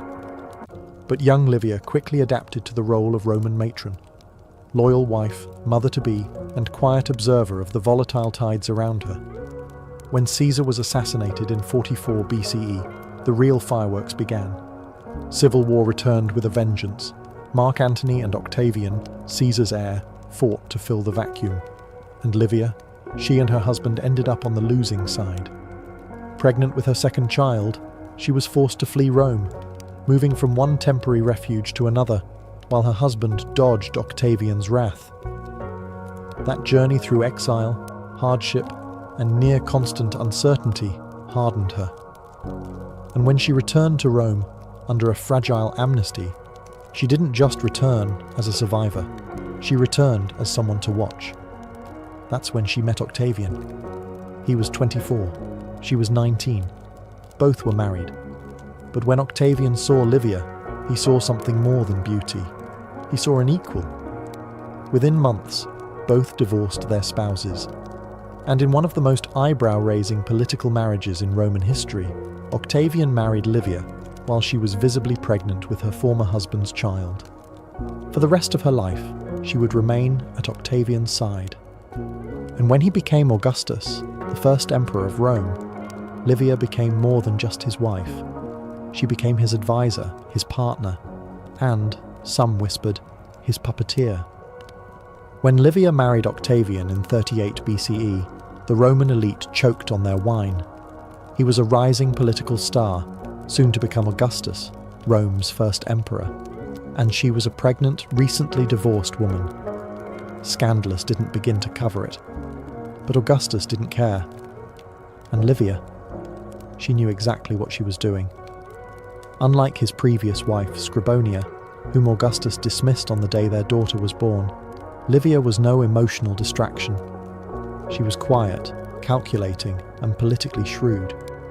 Augustus didn't just marry a woman, he gained a strategist. From the moment she entered his home, Livia positioned herself not as a decorative partner, but as a co-ruler in all but title. She hosted salons, courted senators, advised her husband on political rivals, and carefully cultivated her image as the ideal Roman matron, dignified, obedient, loyal.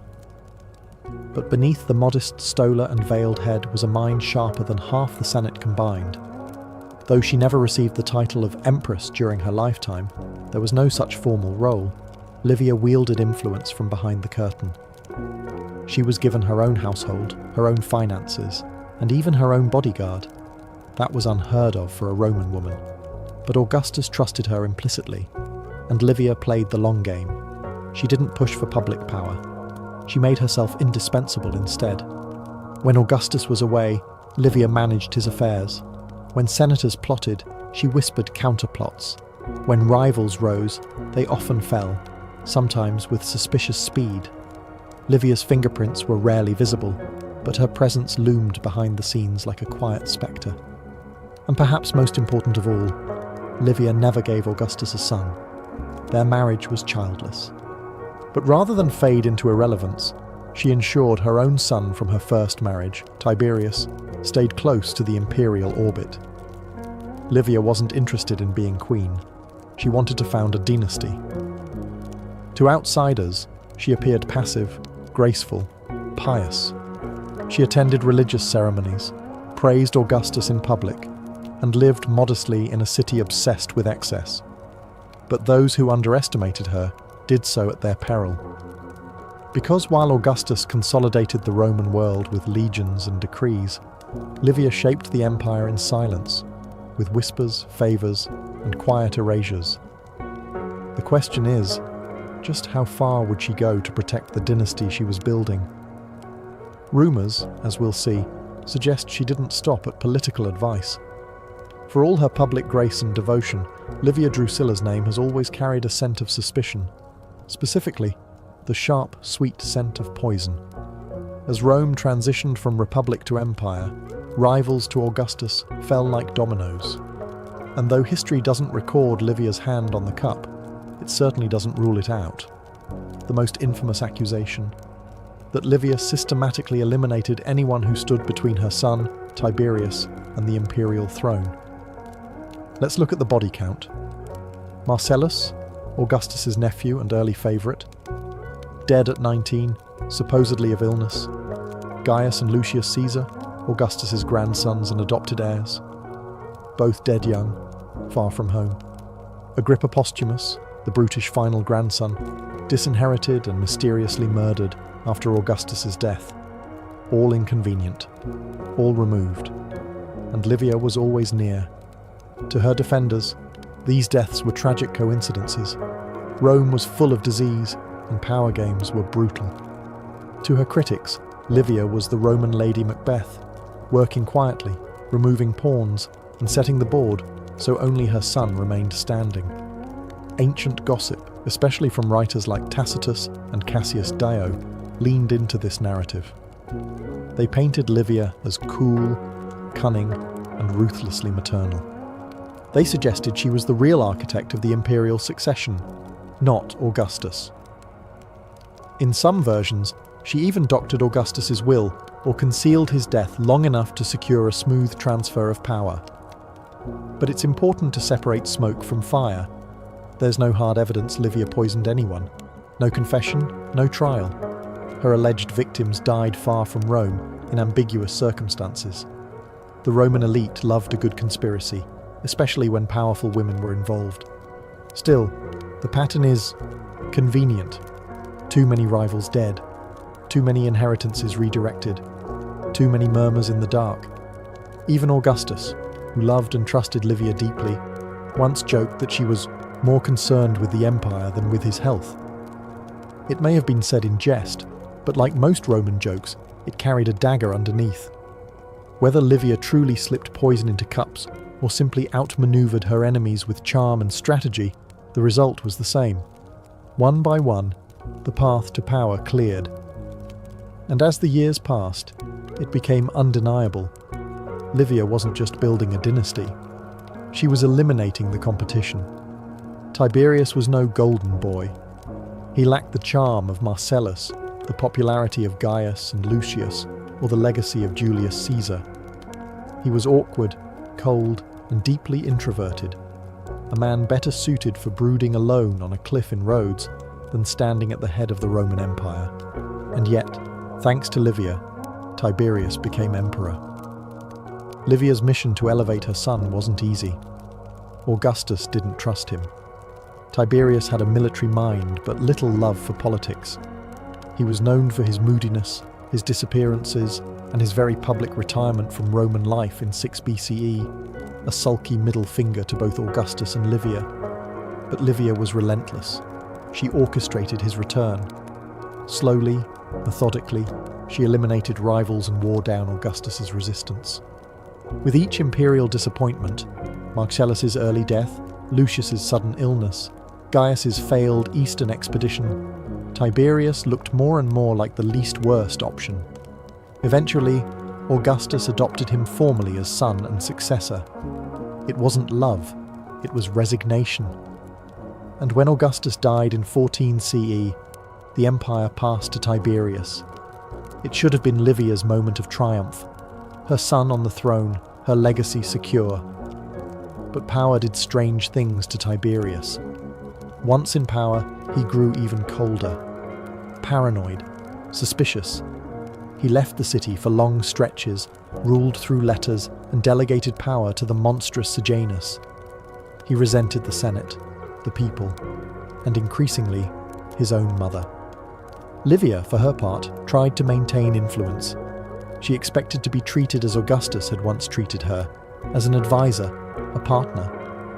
She received the title Augusta, an unprecedented honor for a Roman woman. Coins were minted with her image, statues were erected in her honor. She sat on a throne beside her son during public ceremonies, but behind closed doors, Tiberius simmered. He accused her of manipulating him, of orchestrating a life he didn't want.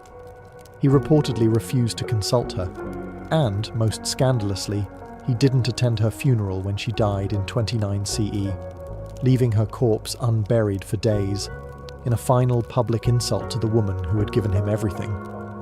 Livia may have won the war for succession, but she lost the battle for her son's affection. Livia Drusilla understood something most Roman men didn't. Real power didn't always come from the Senate or the battlefield, it came from perception. And so, while Augustus crafted the empire, Livia crafted herself into the ideal Roman woman. Not a queen, not a ruler, but something far more dangerous, a symbol.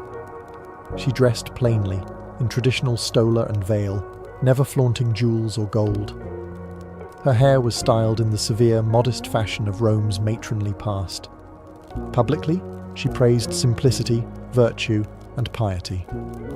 Behind the scenes, she was directing networks of influence, managing estates, arranging marriages, and shaping political futures. But her greatest project was her own image. Livia became the poster woman for Roman values. Statues of her popped up across the empire, not just in Rome, but in provinces where loyalty to the new imperial order needed reinforcing. These weren't statues of goddesses or warriors. They showed her seated, serene, motherly. The message was clear. Rome's new empire was safe in the hands of a wise, moral, and traditional woman. It was a masterclass in soft power. She sponsored public works and religious rituals. She aligned herself with the goddess Ceres and the cult of Vesta, symbols of fertility and domestic order. While Augustus claimed to have found Rome a city of brick and left it a city of marble, Livia made sure that marble included her. Even the coins changed. Some bore her face, something unheard of for a woman. Others referenced her virtues, pietas, concordia, fortuna. Livia wasn't just a matron, she was a moral compass carved in silver.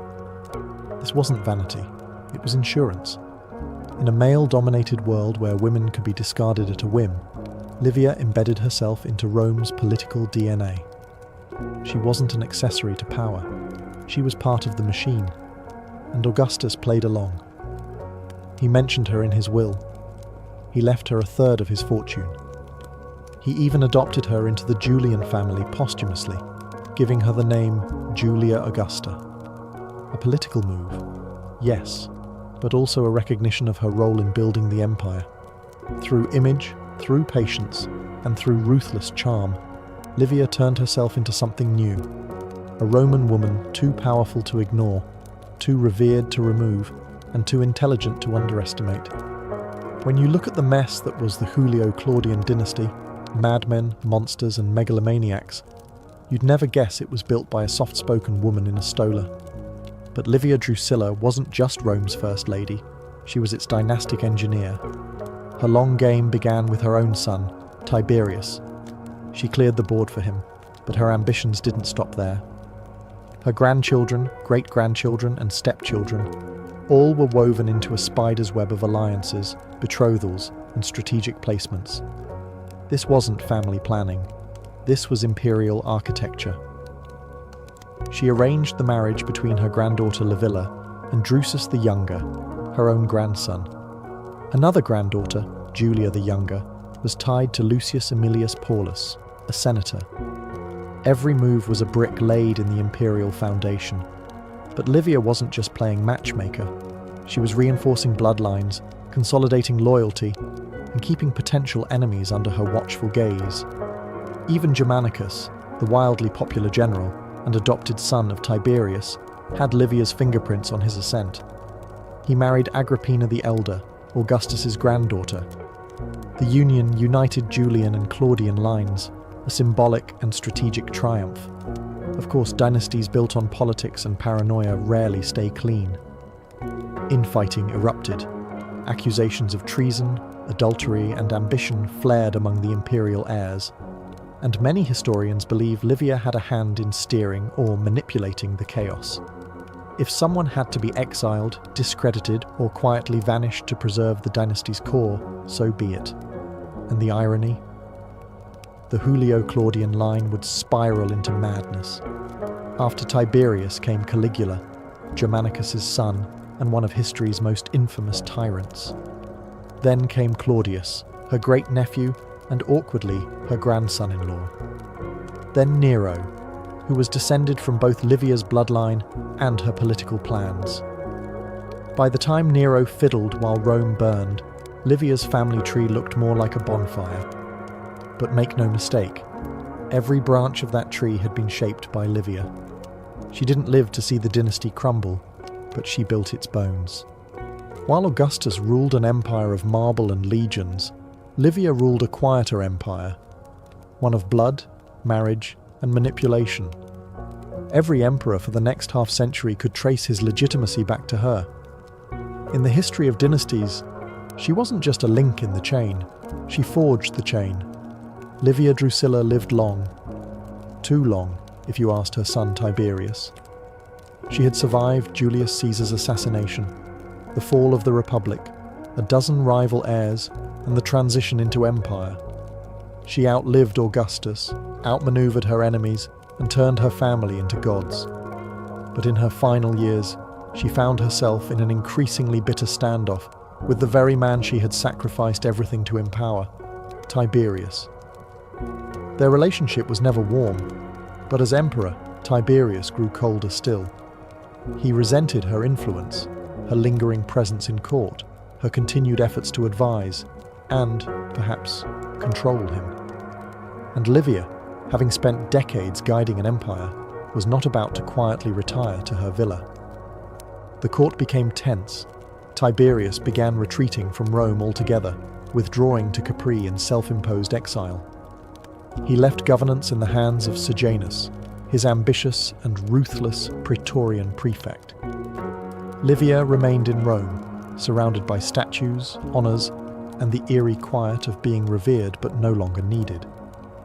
When she fell ill in 29 CE, her death was not met with the mourning one might expect for the matriarch of the Julio-Claudian dynasty. Tiberius refused to return to Rome. He didn't attend her funeral. He delayed her deification, denied her public honours, and, most cruelly, left her body unburied for days. For the woman who had shaped an empire, it was a cold and calculated dismissal. Was it petty vengeance? Guilt? Or perhaps a final act of defiance from a son who never asked to be emperor? Historians would later paint Tiberius as a brooding, paranoid ruler, haunted by his mother's legacy. Livia had orchestrated his rise, cleared his path, and ensured his power. But in doing so, she may have crushed whatever warmth existed between them. To Tiberius, her guidance likely felt more like a leash. She died at age 86, having lived through nearly 9 decades of Rome's most transformative years. No other Roman woman had ever wielded such sustained influence or held court at the side of emperors for so long. And yet, her final chapter was marked not by triumph, but by silence. Betrayed not by enemies, but by the very son she had raised to rule. Livia Drusilla died a mortal, but Rome wasn't finished with her yet. Though Tiberius refused to honour her properly in death, the empire she helped shape still remembered. Her grandchildren, especially the Emperor Claudius, her own great-nephew and grandson-in-law, would eventually restore her place in the imperial pantheon. In 42 CE, over a decade after her death, Claudius formally deified Livia. She became Diva Augusta, a state goddess. It was a final cosmic promotion for the woman who had spent her life manipulating power from the shadows. Altars were built, priestesses appointed. Her image joined that of Augustus in temples and ceremonies. In death, she became what no woman before her had ever been, a god sanctioned by the Roman state. But sanctification didn't come with forgiveness. For centuries, Livia's name remained entangled in rumour. Ancient historians, mostly male, were never quite sure what to make of her. Tacitus portrayed her as calculating, cold, a woman who excelled in the arts of her sex. Cassius Dio cast her as an empress in all but name, domineering, manipulative, and possibly responsible for more than a few conveniently timed deaths. Then came Suetonius, with his blend of gossip and history. He didn't say outright that Livia poisoned Augustus, but he certainly let the rumour breathe. And yet, even her critics admitted her brilliance. She lived modestly. She ruled quietly. She never flaunted her influence, never gave a public speech, never took a formal political role. And yet she shaped the fate of Rome more than most men who wore the toga. Modern historians have tried to untangle fact from fantasy. Was she a murderer or just a master strategist? A loyal wife or a political operator? The truth may be all of the above. But her impact is undeniable. Without Livia, there is no Tiberius.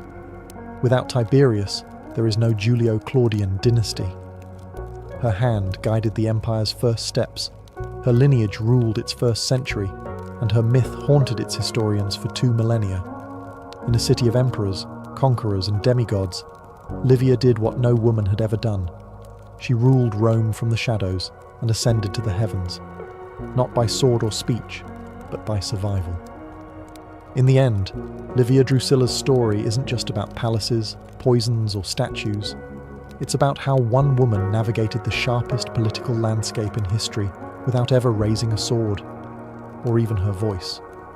Rome was a world that excluded women from real power. And yet, somehow, Livia rewrote the rules without ever admitting she held the pen. She never gave a speech in the Senate, never commanded an army, never held an official title during her husband's reign. And yet, for 5 decades, no major decision was made in the empire without her fingers brushing it first. She made herself indispensable to Augustus, not through seduction or softness, but through loyalty, intelligence, and absolute control over her image. In a culture that worshipped modesty in women, she became the living embodiment of Roman virtue. She was the wife, the mother, the goddess. But she was also the chess master, the kingmaker, and, some whispered, the Queen of Rome in all but name. Her genius was subtlety. Where other women of the imperial family, like Messalina or Agrippina the Younger, would be vilified for ambition, Livia escaped condemnation, cloaked in virtue. She wore tradition like armour. And in doing so, she created the blueprint for every powerful Roman woman who came after her. But her legacy is complex. The dynasty she built would unravel into madness and murder. Her descendants included emperors like Caligula and Nero, men whose excesses would stain the very name she had worked so hard to elevate. And her own relationship with Tiberius ended not in triumph, but in silence and coldness. Power came at a cost. Yet, despite all that, Livia endures. She remains one of the most fascinating figures in ancient history, not because she ruled Rome like a man, but because she ruled it like no man ever could, with patience, with silence, with the terrifying brilliance of someone who understood that real power doesn't shout, it whispers. Livia Drusilla didn't just witness the birth of an empire, she midwifed it. She didn't just preserve a dynasty, she engineered it. And she didn't need a throne or crown to make history. All she needed was time. And Livia had mastered the long game from the very beginning.